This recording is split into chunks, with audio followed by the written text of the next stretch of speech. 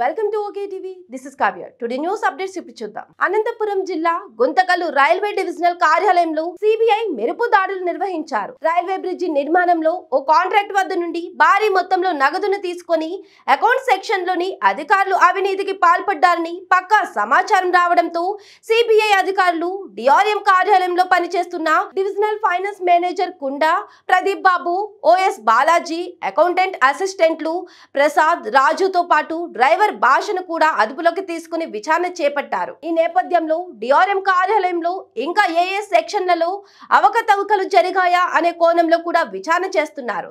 దీంతో డిఆర్ఎం కార్యాలయంలో పనిచేస్తున్న ఉద్యోగుల గుండెల్లో రైళ్లు పరిగెడుతున్నాయి.